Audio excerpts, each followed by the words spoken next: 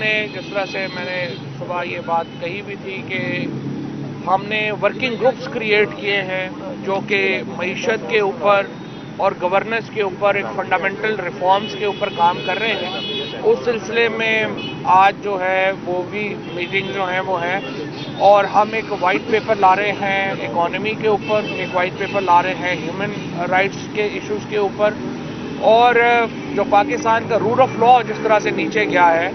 और आज आज़म सवाती साहब ने जो ख़त भी लिखा है chief justice Islamabad high court को और कहा है कि जी आप हमारे मुकदमे ना सुने। मैं समझता हूँ कि ये उनकी ओपिनियन है, उसकी रिस्पेक्ट होनी चाहिए। और अगर आप जो भी मामला है, जब तक आप मुतमईन ना हो निज़ाम इंसाफ से और जज से, जाहिर है कि आपका ये है मामला कि आपने इसको करना है।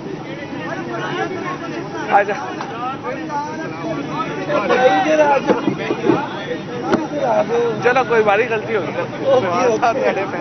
गलती होगी। अच्छा कोई बात नहीं, कोई बात नहीं। अच्छा उसके बाद कोई बात नहीं, कोई बात नहीं, कोई बात नहीं, कोई बात नहीं, हो जाता। अच्छा थोड़ा सा मैं आपको ये बताना चाहता हूँ कि आज उसके बाद हमारी सीनियर लीडरशिप की मीटिंग हुई है पंजाब की। पहले ये हमारी पीटीआई की मीटिंग थी, फिर बाद में मोनस अलाई साहब उसमें शरीक हुए। हम बड़े वाज़ेह हैं अपने स्ट्रेटजी के हवाले से। इंशाअल्लाह ताला जो पीटीआई की जो सूबाई पार्लिमानी पार्टी है उसकी मीटिंग जो है वो उसका टाइम और शेड्यूल तय हो गया है, वो आपको बता देंगे। और तमाम मेंबरान 187 मेंबरान जो हैं वो इसमें शरीक होंगे और इंशाअल्लाह हम इससे बहुत पहले जो 11 तारीख है जो अगला इसमें पंजाब में वोट ऑफ कॉन्फिडेंस की, उससे बहुत पहले हम एतमाद का वोट जो है वो हासिल कर लेंगे। उसके साथ साथ इस वक्त नून लीग की कुछ जो एमपीएज हैं जो कि हमारे साथ एडजस्टमेंट करना चाहते हैं, सीट एडजस्टमेंट पे आना चाहते हैं, हम उनको भी जो है वो कंसिडर कर रहे हैं। और उन हलकों में जहाँ पे पीटीआई के कैंडिडेट्स नहीं हैं या काफ लीग के कैंडिडेट्स नहीं हैं, वहाँ पे हम कंसिडर करेंगे जो पीएमएलएन के कैंडिडेट यहाँ से कुछ मेंबर जो अगर आना चाहते हैं उनको। और इंशाअल्लाह इंतखाबात जो हैं वो करीब हैं, हम नेशनल इलेक्शन की तरफ बढ़ रहे हैं। और जिस तरह इमरान खान ने कल कहा, हमारी उम्मीद यही है कि मार्च और अप्रैल जो हैं ये इंतखाबात के महीने होंगे। इससे पहले हमने इसीलिए ये जो अपने इस वक्त जो वर्किंग ग्रुप्स हैं वो क्रिएट किए हैं क्योंकि 8 महीनों में जो तबाही हुई है पाकिस्तान में मईशत की और गवर्नेंस की, उसके लिए फौरी तौर के ऊपर इक़दाम चाहिए। इस वक्त जो आटा है वो कराची में 2500 रुपये 20 किलो का जो थैला है वो हो गया है, जो 1300 रुपये का था जब पीटीआई की हुकूमत थी, यानी डबल हो गया। अब हमारे पास जो आज मुआशी माहिरीन ने जो पीटीआई की मुआशी टीम है उसने जो ब्रीफिंग दी है इमरान खान साहब को, उसमें ये कहा गया है कि देखें 2 तरीके हैं। अगर ये आईएमएफ से हम अपनी एक्सटेंड नहीं करते, हमारा प्रोग्राम आईएमएफ नहीं करता, तो ये यकीनी है कि पाकिस्तान डिफ़ॉल्ट कर जाएगा। और डिफ़ॉल्ट जो है उसका मतलब यह है कि पाकिस्तान से जो इंपोर्ट है वो बंद हो जाएगी और इस रॉ मटेरियल्स नहीं होंगे, तो एक बहुत बड़ा बहरान जो है वो पाकिस्तान में हो जाएगा। और अगर हम आईएमएफ की शराइत मानते हैं तो उसके नतीजे में डॉलर की कीमत में बेइंतहा इजाफा होगा। अब भी आप देखें कि तकरीबन 55 रुपये से ज़्यादा तो ऑफिशियल जब से पीटीआई की हुकूमत गई है डॉलर की कीमत जो है वो अप्रिशिएट हो चुकी है। उसके साथ साथ जो पाकिस्तान में इस वक्त क्राइसिस है वो ये है कि जो किचन आइटम्स हैं और एनर्जी, ये दोनों बेइंतहा महंगे हो गए हैं।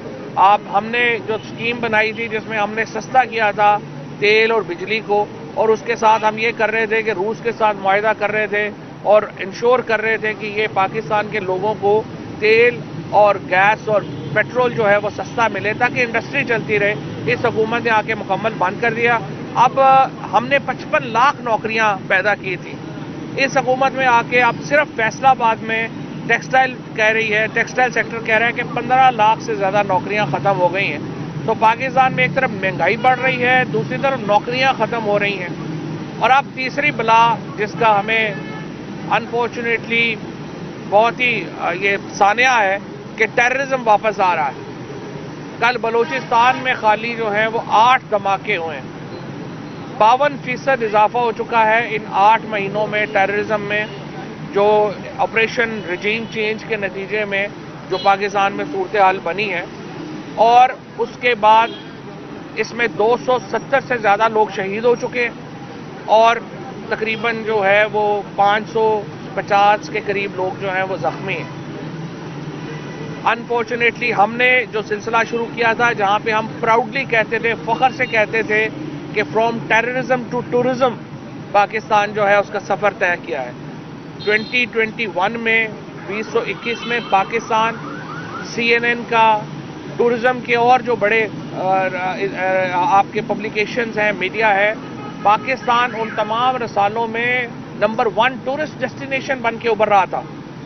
آج دوبارہ ہم ٹیررزم کی طرف انفارچونیٹلی چلے گئے ہیں. اور میں نے آپ کو فگرز بتائیں جو یہاں پہ ابھی تک لوگوں کی شہادتیں ہوئی ہیں. آج امریکہ نے اور یورپی یونین نے اپنے امبیسڈرز کو اور اپنی امبیسی کی ٹیم کو یہ کہا ہے کہ وہ اسلام آباد میں بھی باہر نہ نکلیں، اور جو اسلام آباد کے 5 اسٹار ہوٹلز ہیں وہاں پہ جانے سے انہیں روک دیا گیا. یہ وہ 8 مہینے کا سفر ہے جو پاکستان کے شہریوں کے اوپر اس آپریشن رجیم چینج کے نتیجے میں لادا گیا ہے. اس وقت ضرورت اس بات کی ہے کہ پاکستان میں فوری الیکشنز کی طرف ہم بڑھیں. ہم نے پنجاب اور کے پی میں، اور اس وقت دوسری صورتحال یہ ہے کہ یہ حکومت الیکشن کرانے کو تیار نہیں ہے. ان کو نظر آ رہا ہے کہ یہ الیکشن جیت سکتے ہی نہیں ہے، لہذا یہ الیکشن نہیں کرائیں گے.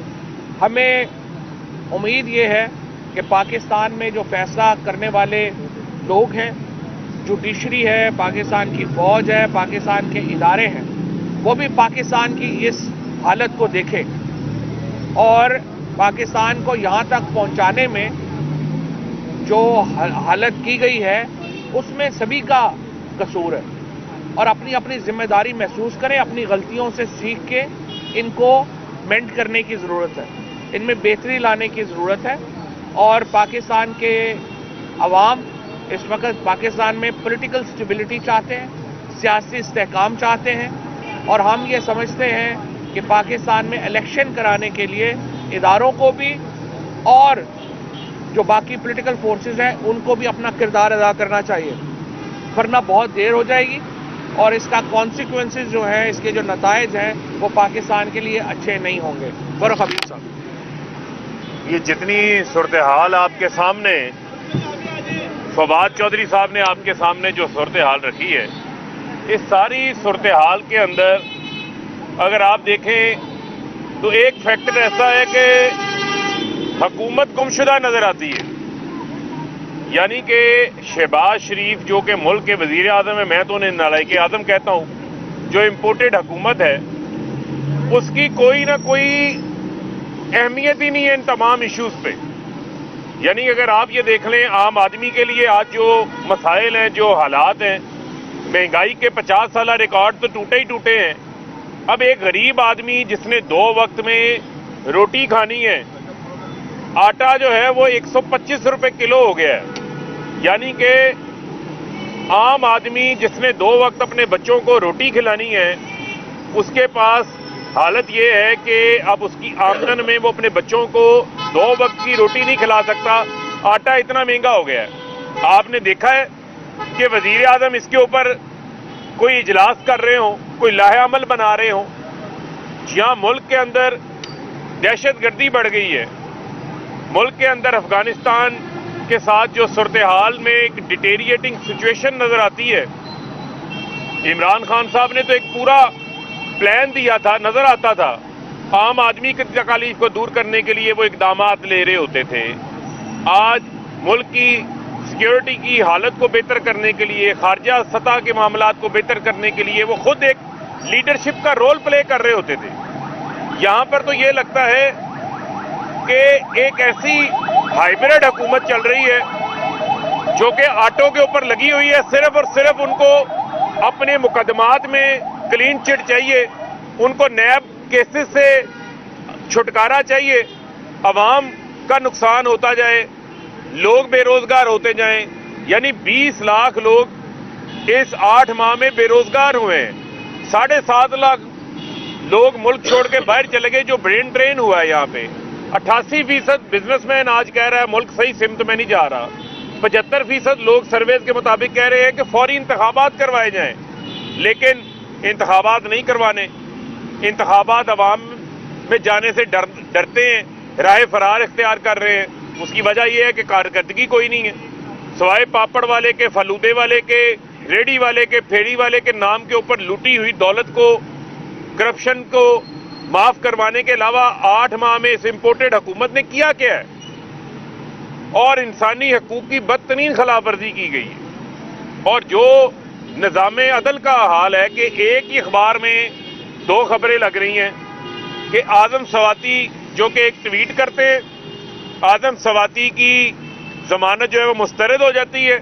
वजीर आजम के दामाद हारून यूसुफ 4 साल बाद पाकिस्तान आते हैं, नैब में मतलूब थे, मफरूर थे, उनकी हिफाजती जमानत हो जाती है। सलमान शहबाज 16 अरब रुपए का FIA का केस, 7.5 अरब रुपए का TT का केस। 4 साल शहबाज शरीफ कहते रहे कि इस करप्शन का सलमान शहबाज को पता है, मुझे तो पता ही नहीं है। वो वापस आते हैं, उसको हिफाजती जमानत मिल जाती है। 75 साला सेनेटर, तशद्दुद उसके ऊपर हो जाता है, अज़वाजी जिंदगी से मुतल्लिक उसकी वीडियो शेयर कर दी जाती है, जुल्म के पहाड़ तोड़ दिए जाते हैं। जो जज जमानत महफूज, जो जज फैसला महफूज करता है, उसका तबादला हो जाता है, उसको जमानत नहीं मिलेगी। चोरों डाकुओं को जमानतें मिलनी शुरू हो जाएंगी। यही वजह है कि ये हर वो काम करने को तैयार हुए हैं जिससे पाकिस्तान पीछे जा रहा है, मुल्क का नुकसान हो रहा है। लिहाजा इस वक्त इमरान खान ही आखिरी उम्मीद की किरण है, जिससे लोगों को उम्मीद है।